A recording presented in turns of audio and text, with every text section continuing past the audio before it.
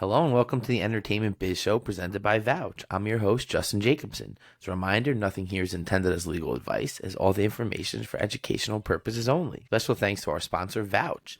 Vouch is a digital gig marketplace where talent and businesses hire pre-approved individuals to streamline talent searches and where industry dot connectors earn from making talent referrals. Visit vouch.app.com to learn more about the world's first social utility network where it truly pays to know people. Hashtag ad.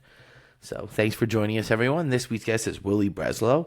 Willie is a senior director for strategic partnerships for Atlantic Records. Prior to Atlantic Records, Willie worked at Red Bull in their brand marketing department as well at 300 Entertainment. Thanks for joining us. Thanks for having me, Justin. Great to be here. My pleasure. So to start, tell us about your previous entertainment and music experience. How did you first get involved in the industry? Yeah, so the entertainment industry was always something that was extremely interesting to me, but I never initially saw it as a career opportunity or a path. I grew up in New York City, so it was definitely always around entertainment, but always seemed like it was something that was tangential to anything else I was doing. But one summer I found myself kind of jobless and needed something to do. And I had a friend that was working at a record label at the time, and they were like, hey, we have this kind of rotating internship opportunity slash potentially longer play here. Would love for you to just check it out and see if it's something that you're interested in. And that was my initial pursuit into 300 Entertainment, where I was doing A&R work on top of a little bit of digital marketing work as well. And then that is the moment that really hooked me after working there for a little while. I got to see under the hood for a little bit. I got to see what it was like on a day-to-day process, and knowing that you're surrounded by interesting individuals and working on interesting opportunities and projects and interesting artwork as well was really the selling point for me.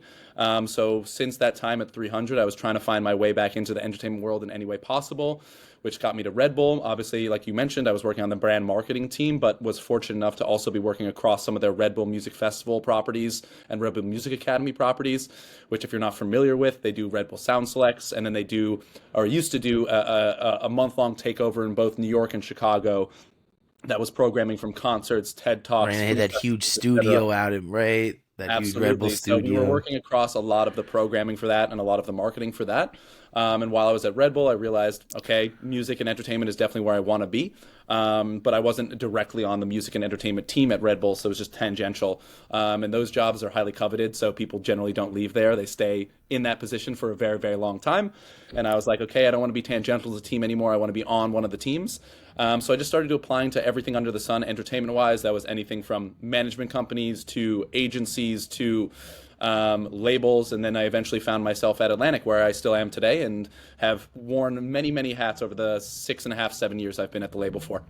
Well, before we kind of get into that, I think that what you mentioned is amazing advice for everyone out there, is that you applied to everywhere and anywhere that was in it. And I think people don't understand that is part of this. It's that in order to get your foot in, you just have to get in. And from there, you can figure your way. But the hard part is that first opportunity and that first, let's do it.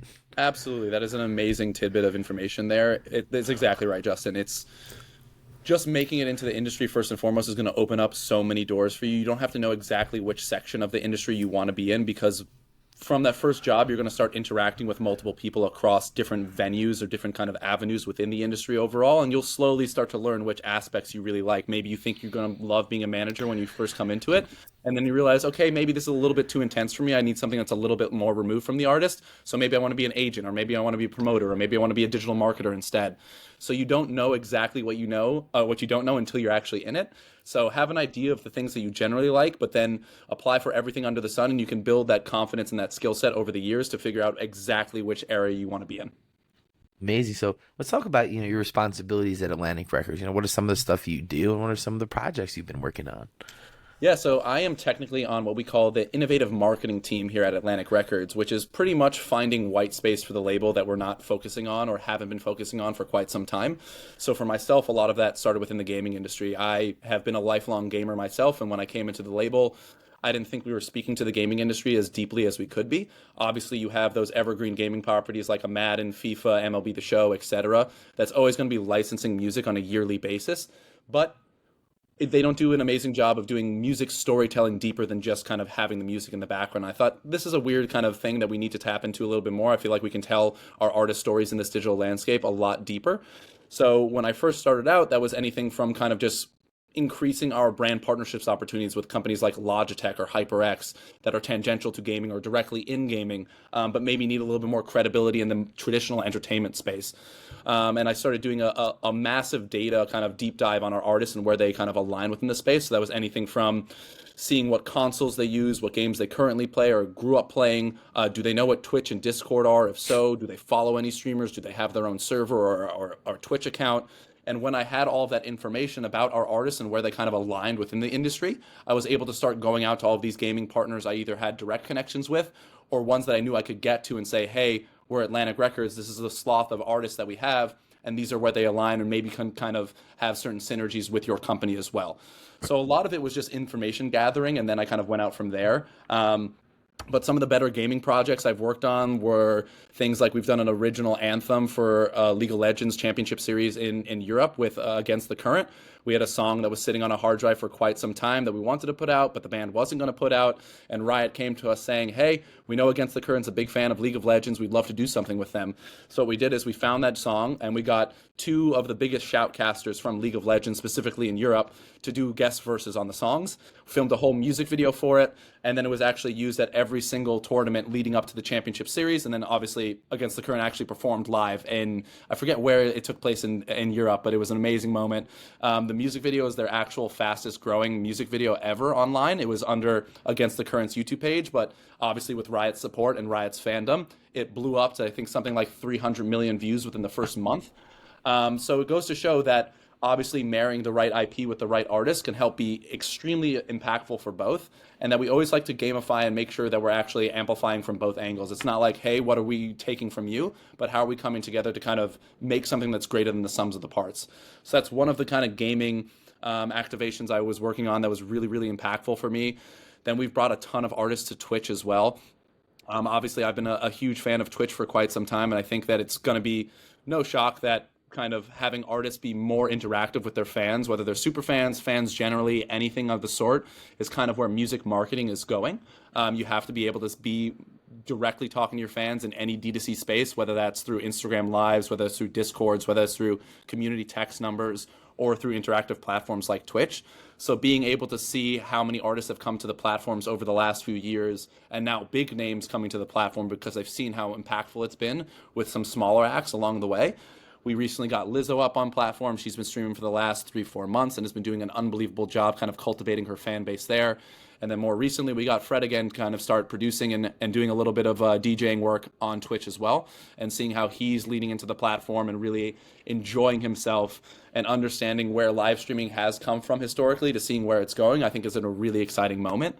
So those are a few things on the gaming and more like interactive adjacent side of things we've done as well. And I could go down a long, right, the Fortnite concerts, like those kind of Yeah. in-game activations and such. Absolutely, yeah. So I love that you mentioned Fortnite concerts. So for Don Toliver, Hearthstone Psycho album that came out exactly almost a year ago at this point in June, he came to us a year before the album came out saying, I don't know what it is, but I want to do something in gaming. He literally showed us a piece of paper that was a Venn diagram, and in the middle of it, it just said gaming. And he's like, I don't know what it is, but that's up to you guys to find out.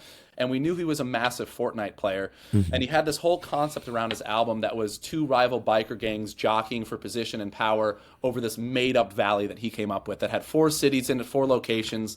And the few of us on the team looked at each other and said, this is perfectly a Fortnite map. Gaming map or a Fortnite map. It could have been a Call of Duty map. It could have been anything, but it perfectly lent itself to kind of being represented in a 3D light.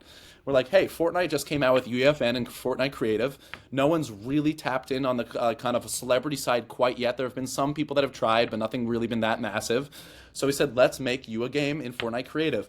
And to bring that even a step further, we saw that there was obviously 4 locations. His game was called his album's called Hearthstone. So we wanted to do a little play on the classic game mode called Hardpoint from Call of Duty, where you're jockeying for these 4 positions and one comes up at a certain time. Both teams fight over that position. Whoever captures it gets X number of points, and then you move on to the next hard point to kind of capture that. So we made it a really fun kind of project for him. We would obviously talk to the developers on a daily basis, and then every other week or so, we'd actually tap Don to speak to the developers because he was fully in it. He wanted to be the creative director, and on record, he said before, if I had the opportunity or if I knew about it earlier in my life, I would have been a video game producer instead of a musician in general. So we wanted to make sure that we told that side of his story. And we had a lot of fun on the way. The game did unbelievably well for the 2-week window that we actually had it live for, leading up to album announce. And we actually got to tease/play music in Fortnite Creative for the first time ever before it was live on Apple Music, Spotify, YouTube, etc. So the fact that we were able to actually get music into that environment and give fans a little bit of a taste of what's to come in the next 2 weeks and month when the album comes out, and seeing fans' reaction online was unbelievable. You got to kind of have these little Easter eggs and breadcrumbs across a lot of campaigns nowadays to get people really excited for what's to come. And we thought that that was the perfect kind of showcase of what gaming can do to roll out an album. Right. And I think that's kind of a perfect example of like going, taking something that makes sense. It's authentic. It's part of who he is. And then now you see a lot of fans are EDM music play Fortnite, right? There's definitely a problem. I don't know the statistics, but I'm sure that there's a pretty big overlap between fans of EDM and, fan people that play Fortnite. And I think that that's really something unique that, I guess you and Atlantic are picking up on, is being able to kind of do these activations, but do it the right way. Because I think that's the hard part. Is you could do it, but if you don't do it the right way, then you might as well not do it, really. Oh, absolutely. Like you mentioned, I think we noticed early on that gamers are almost 2 times more likely to listen to music than the average consumer. So we want to meet them wherever they are. That could be within Fortnite. That can be within a Riot property. That could be just while you're on Twitch, or maybe it's in Discord while you're gaming, talking to your friends. So we want to make sure that we have strategies for the label overall and each individual artist to meet their fans wherever they're going to be and meet them wherever they're consuming their media. I always love to say music is a complementary media source, so we're not fighting for eyeballs the same way that a Netflix property might be fighting for an HBO property to make sure that they have primetime Saturday night slots, but our music can be in both properties. So we want to make sure that our music is going to fit in an authentic way with whatever property we're bringing it towards. So what kind of led Atlantic Records to kind of have this, vertical, this immersive kind of department that you work in? I think there's a few different reasons there. I think one, I was extremely annoying with the way I was presenting it internally and making sure that the higher ups didn't miss this opportunity. Like I mentioned, I started working at Atlantic almost 7 years ago at this point, so that was kind of tail end of 2018. So I have always been a lifelong gamer. I knew our generation's kind of access to games and how many of us actually play games, and I was just thinking to myself, we can't miss the opportunity. We don't want to be late to the game. Here we want to showcase to the AAA publishers, the peripheral companies, everyone in the space that we actually want to be here before that large kind of moment that resets culture. And not something that's coming to the space just to kind of gain market share or to gain money in terms of like a brand partnership or anything like that, but that we're there because we see the importance of the space before anything else. So I had to do a lot of groundwork, a lot of data work, a lot of kind of presentations and internal education to showcase to people that, okay, gaming maybe once was considered an ostracized kind of activity for everyone to do, whether it was from the arcade days in the 80s or whether it was kind of the more online early console days in the 90s and 2000s, where it seemed like it was an otherized thing that wasn't necessarily a part of mainstream culture. But then once internet became widely adopted and connected homes, and you weren't necessarily kind of just playing games isolated with yourself and your friends that were around you, but connecting with people in Europe, connecting with people in Asia, South America, wherever they might be, and the fact that the internet all speaks to each other that way, it's mirroring social media in general. The same way we do marketing on Instagram, the same way we do marketing on TikTok, these video game ecosystems are talking to each other in the same respect. Kids are sharing each other with content online in game industries. You see what they're listening to on Spotify when you're on PlayStation. Exactly. And they're actually creating memories together while playing those games. The same way I used to create memories going out to shows with my friends on a weeknight, or same way I used to create memories with friends going on vacations or whatever it was. Those same important memories are happening online, and we wanted our music to be in those moments as well. So I just kind of noticed that, and it was a lot of internal education. And so at first it was definitely a slow roll, but then after the first few wins, and then obviously the pandemic really helped catalyze it and push it forward. Once they realized there was no other way to kind of talk to the consumer outside of these digital means, and showcasing how important the digital element of marketing and promotion is, even in a physical IRL world and in a physical IRL medium like music, where you want to have those moments in person in front of an artist, you still need those digital connecting moments, because that's what's really pushing the narrative nowadays. And social media platforms are only one half, if even that, of the narrative now online of what kids are doing. So we need to make sure that we're just everywhere where kids are. Do you see, maybe other labels and other traditional entertainment properties kind of following this trend and starting to, mirror this? Yeah, absolutely. I'm definitely starting to see a lot of cultural institutions, whether it's from major music labels, whether it's from agents and kind of their purview of what they sell against as well. Everyone now either has an individual specialized member or starting to grow a task force of people that understand the gaming slash interactive space, but maybe not forming like official departments. So they might take someone from sales and streaming. They might take one person from marketing. They might take one person from brands that understands each one of these components and where their specific department fits within the digital landscape, and creating a task force now that prioritizes, okay, these are the top 5 artists, these are the top 10 clients we have in the space. Let's all come together and figure out what the best course of action to get them into Fortnite is. We'll figure out what the best course of action to get them on Twitch is. Because right now it is one of the more important kind of areas of growth, not only for our industry, but for the talent that we have access to as well, right? So we want to make sure that we're doing our best to super serve the talent that we have. And if you're ignoring this space, you're not doing anything but hurting your talent. Right, and I think that's one thing that you're starting to see all the traditional, the CAA, the William Morrises, all the heavy hitters that represent, A-list celebrities have the biggest gamers as well. Yep.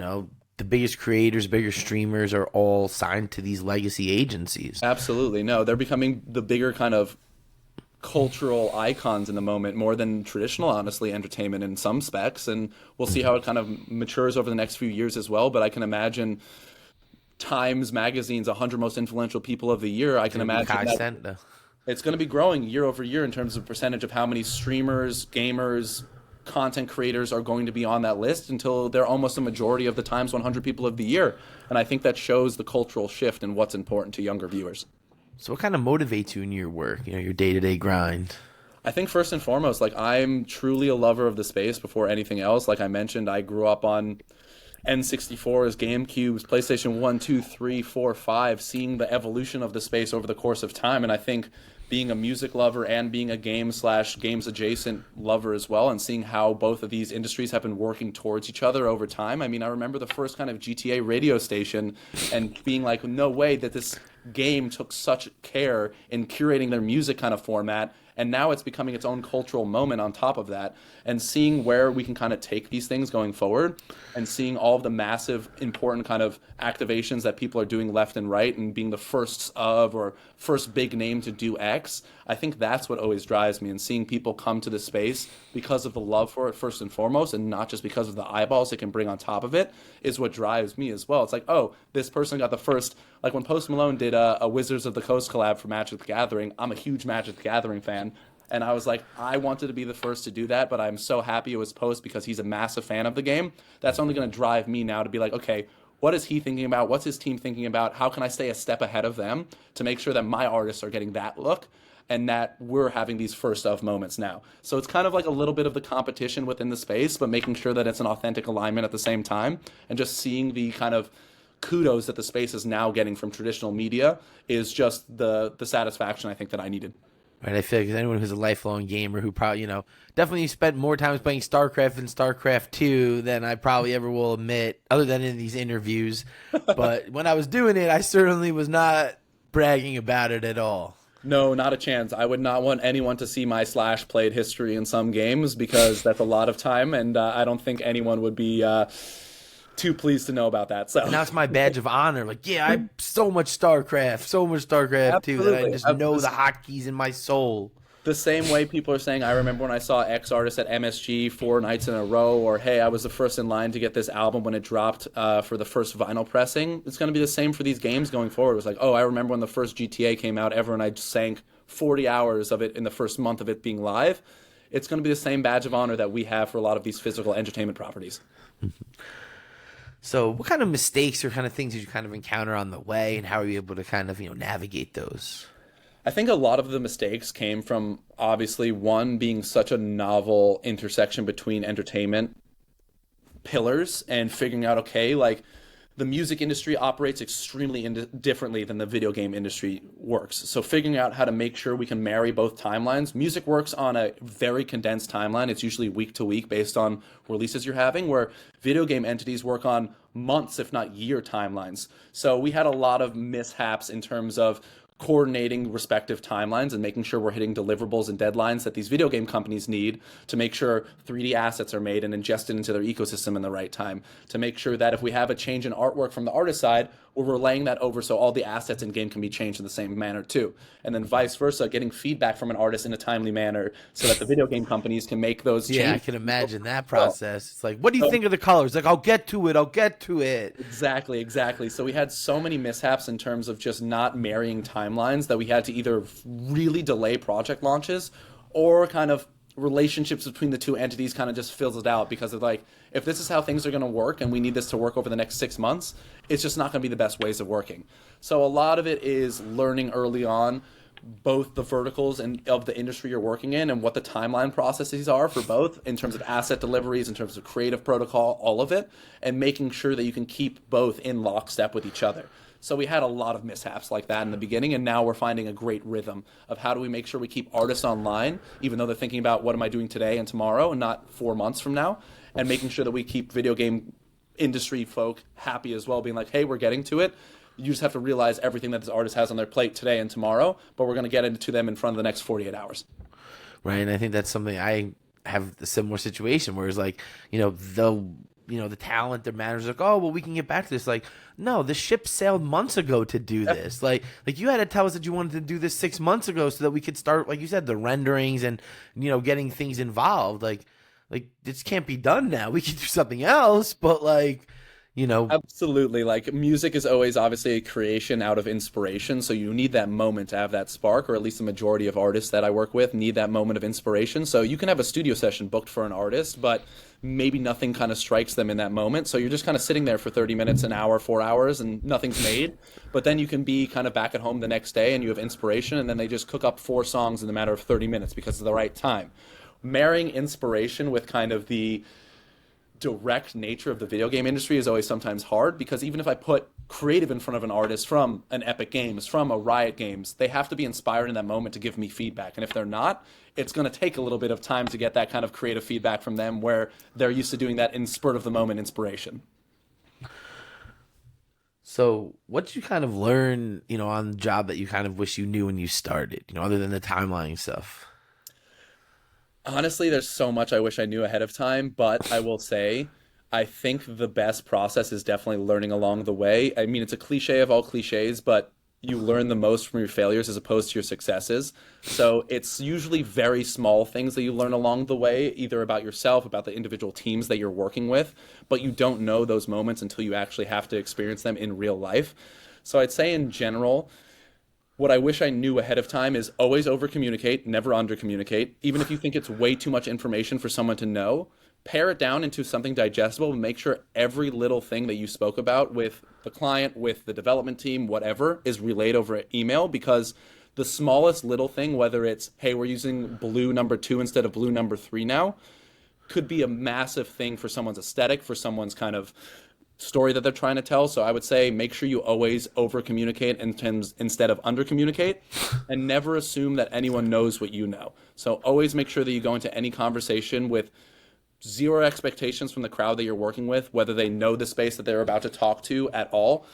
Because of the amount of educational work I had to do internally going into all of this stuff, sometimes you're going to have 3 or 4 conversations before you actually get to the meat and potatoes of what you're actually trying to accomplish, because they're just trying to say, wait, what is Fortnite? How do I play Fortnite? Wait, they get paid to play video games and people watch Exactly. them? Like, what do you mean? Exactly. Especially in these newer spaces. It's different if it's a space that's kind of been around for multiple decades in the limelight and someone can kind of have a lot of research they can do online. But when you come to this games industry, there's so much you can learn about it, and so overwhelming for individuals that maybe know absolutely nothing about gaming besides maybe top titles here and there or what their kids are playing. Everyone knows Mario, right? And Pac-Man. Exactly. It is not only you kind of bringing this project forward, you need an entire team around you, and you want to make sure that they at least have a base level of information and education. That way, if you're not on a call, you can trust that they're kind of representing the medium that you're working with in the correct manner to their partners. That way you don't have to be on every single phone call talking to a press agency about what you're doing in Fortnite, but your press contact can help do that. So you can obviously spend and make sure your time's okay. So I would say education and over always communicating. Right, just don't assume it, and it's better to have them say, okay, I know, than them being, oh, you didn't tell me. And it's like, I thought you knew. Yeah, and then I would always say too is making sure your opinion and your exact vision is always heard as being the specialist within a certain space. So obviously people internally look at me as like a specialist within gaming or the number one gaming person within the building because of just the information and knowledge I know. And they might be experts in music delivery, music creation, etc. But when it comes to this space, no one knows it better than me internally. So I have to stick to my guns and make sure my opinion is voiced and heard because someone might say, hey, I think it might be great to do a Fortnite activation with X artist, where I might know that that artist actually resonates way more with a Bethesda property. So Fortnite might be the shiny big thing that everyone wants to look at, but I'm saying, hey, you actually, this is going to be more this is going to resonate more with the artist's actual fan base and with the game's fan base too. So you always have to make sure that your opinion is heard as the game's expert, as whatever kind of verticals expert you are, even if you might not be the number one kind of music driver in the space. So how do you see AI and that kind of impacting your work? Obviously, in immersive spaces, is that something that you like encounter or? Yeah, I mean, I think we're still obviously at the precipice of AI, and over the weeks, months, and years, we're just going to find crazy new technologies that are going to make our lives easier, scarier, more exciting, a little bit of everything, honestly, as we keep kind of interacting with new technology in this respect. I think it's only going to make my life more exciting and honestly easier. I think there's going to be so many obviously involvements of AI into the gaming space that is not going to touch me tangentially, but within the music space, there's so much within AI that I think we can tap into. I always want to be first and foremost respectful of the creators within music. So when it comes to like AI generative music, that's kind of where I always say, I think it's cool, but it's not my call to make. It's always up to the songwriters and the musicians. And if as a collective they can say, hey, this is amazing, let's do it, I'll happily run at those programs. But where it's really exciting to me is a lot of generative content. I think there's going to be so much fun in terms of what we can do with these kind of technologies. And then obviously sounds and things that we can actually hand back over to fans to interact with as well. So it's not only coming from the artist in terms of creation, but the artist saying, hey, I know you all might not be DJs, producers, know what FL Studios is, etc. But I made this really easy interactive website for you to take all my samples and make your own versions of my song to. So when it comes to those types of moments of artists actually engaging with fans and saying, hey, we're going towards a co-creation ecosystem in general moving forward, and I want you to be able to use this without going through weird means or nefarious means, and I want to give it directly to you. I find those types of opportunities extremely exciting of how we can interact with fans and connect fans with our artist's work even deeper. Right, we definitely see this change in the entertainment industry, and I think kind of what you touched on is, respecting the originator's rights and figuring out how this happy medium between, creation and innovation and, protecting creators and monetizing it, right? Because I think ultimately, right, as a record label and as a, media property, it's about IP rights and monetizing and licensing and protecting it, and, the derivative works based on it, and that's the meat and potatoes, right? Like Yep. that's so I think that's going to be one of these huge things. And then how it intersects with the gaming world is, like you said, scary and exciting and all these things. And I think it's all for it, right? I think it's about people that harness the power, right? They were scared of the computer and the camera, right? Like that's the digital camera, the camera in general. These are all technological advances that are, Yep. helping creativity. So Yeah, no, and something that you just started to hit the nail on the head there with too as well is like obviously we have to protect the rights that we have have to protect the IP, but at the same time you always want to be cutting edge in this cluttered market of entertainment, whether it's how hundreds of thousands of songs are uploaded to Spotify on any given week, the amount of YouTube videos that are uploaded every single day, I don't even know what that is, but I know it's a a massive lot. So we want to make sure that we're staying at the cutting edge of technology and what's kind of driving marketing. But at the same time, we have to make sure we have a responsibility to protect our rights and the IP holders that we represent as well. So it's always this back and forth debate on, okay, we want to make sure that we're staying in ahead of things, but we want to make sure we're not pushing it too much because we're also the rights holders that we're kind of disrupting at the same time. Definitely. So what advice do you have for those that are, trying to follow in your footsteps and, working at, entertainment properties or a label? I would say just like get started, honestly. There's never any moment that's too small or an opportunity that's too small to kind of get your foot in the door and start with. It could be something as simple as, hey, I represent X talent and I want to connect them with big name streamer, big name content creator, big name professional gamer, and just create those mini moments so that way 5 months from now, 6 months from now, 7 months from now, you can build towards a larger activation. And I would say keep fighting the fight. If people internally are like, hey, we understand gaming's a big space, but I don't think it's right for our clients right yet, say, okay, I understand that, and then come back with things that will kind of disprove whatever your higher ups are saying to you about why you shouldn't be in this space. There's a number of studies, case studies from entertainment, studies from the big kind of data agencies out there that showcase the importance of being within games, whether it's from a monetary standpoint or whether it's from a marketing standpoint, content standpoint, etc., that you can always find resources that will help prove your case and the point you're trying to make internally. But I would say just keep knocking on that door. Don't ever stop if you're getting pushback from people internally. And if they say not now, say why not now? And then what do I need to do to kind of make sure that your why or no turns into a yes or a maybe? And keep kind of pushing it down the court there. First ideas really rarely ever get across the line. So it might be iterating your first idea and kind of taking the feedback that you're getting, even if the feedback is all no's, but keep fine tuning it until there's no reason for them to say no to you, or you've just put something together so much they're like, okay, this looks great. We're going to prove you out and we're going to let you run with this. And then you're going to have to come back to us and give us a whole breakdown on how it performed. But we trust you at this point now because of the amount of research you've done going into this.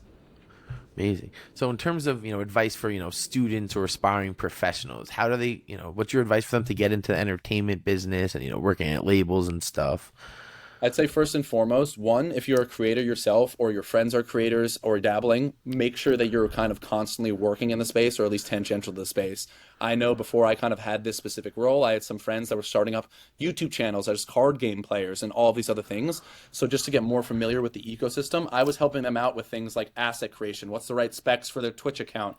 All of these things to make sure I understood the platforms really well that I was interested in before I even brought it back to the main kind of ecosystem I work and play in. But I'd say just kind of get your foot in the door and start kind of knocking on doors in general too. I'd say start reaching out to individuals, start doing research on who kind of the up and comers are in certain spaces, keep tabs on recent news and trends that are happening online. A lot of it is just staying up to date with the culture and what's happening in real time because this thing changes so quickly, especially now more than ever. So you want to make sure that you just have the most current information at your disposal. So when those conversations come up in real time or someone knocks on your door, comes up to your desk and says, hey, I know you've been talking about this game for quite some time. What do you think about X doing something in that game? You know what the most recent kind of update from that game was. You know exactly who the last person that did something in that game was, so you have the right information at your disposal for when the right opportunity and moment comes up. Right. I think that's great advice, right? Be prepared, be vigilant, and, but when you're being that is being prepared with real evidence, right, and real facts. I think that's something that people overlook is your opinion needs to be substantiated by something that's not just your opinion, right? Absolutely. And I think something else, too, is feel free to reach out to individuals that are kind of pushing the space forward. I think obviously a lot of times cold emails or direct messages on LinkedIn sometimes fall on deaf ears, but you'd be surprised with how many people are actually checking those spaces and love to hear from individuals that have heard about their work in the past and you're just asking them about how they got certain activation off the ground, or that this one artist or individual entertainer is usually a nightmare to work with in certain IPs, but they were able to get it across the line.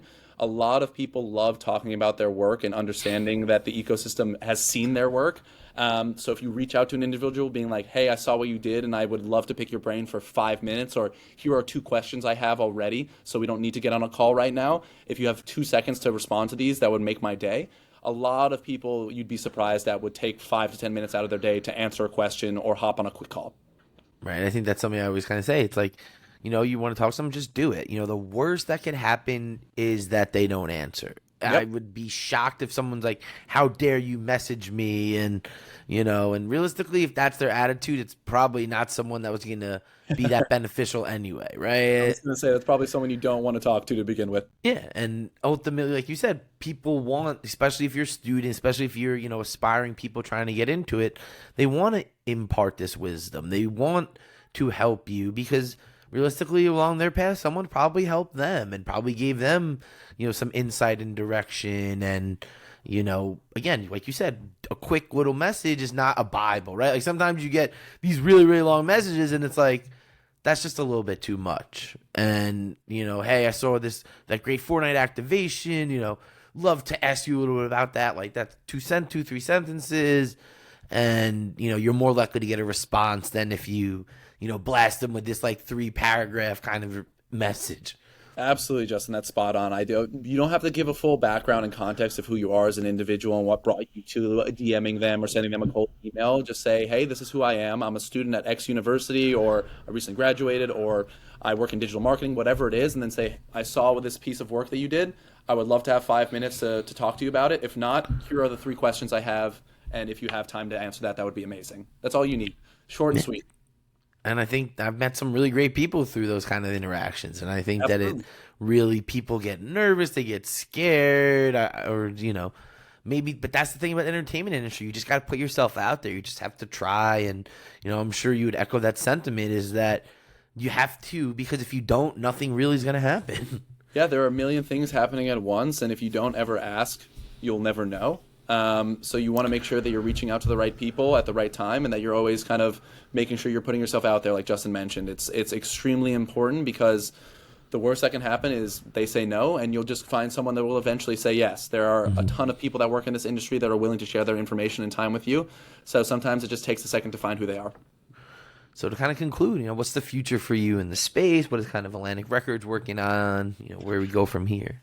I can't give away any too much tips of the trade and what we're working on in general too, but I think what we're working towards is coming up with a more wholehearted approach to what we can do as catalog owners and repertoire owners in general too, and not necessarily the individual kind of granular strategy for an individual artist, but making sure we don't lose sight on the individual artist as well.